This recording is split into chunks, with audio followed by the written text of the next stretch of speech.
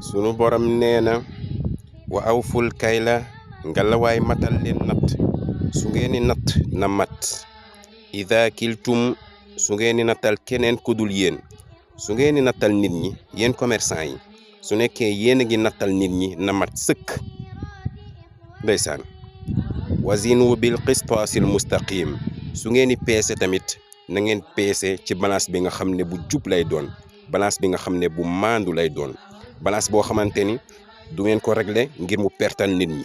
am na ñoo xamante ni dañuy régler balance yi nga xam ne moom la ñuy peeselee nit ñi wala di ko wàññi ci ay réglage yàlla nee na bu leen def loolu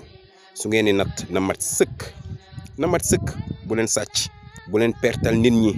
ndeysaan daalika lool te mooy su ngeen di natt mu mat sëkk su ngeen di peese tamit mu mat sëkk ngeen bañ a wàññi dara ci yëfu nit ñi ngeen bañ a nax nit ñi bañ a pertal nit ñi mu ne lool noonu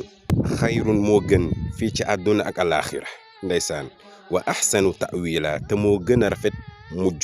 mujj bu rafet soo ko bëggee yow commerçant bi sooy natt ak sooy peese yëpp na mat sëkk bul pertal kenn ragalal sa borom ngay sóor sa borom yow commerçant bi ci sa commerce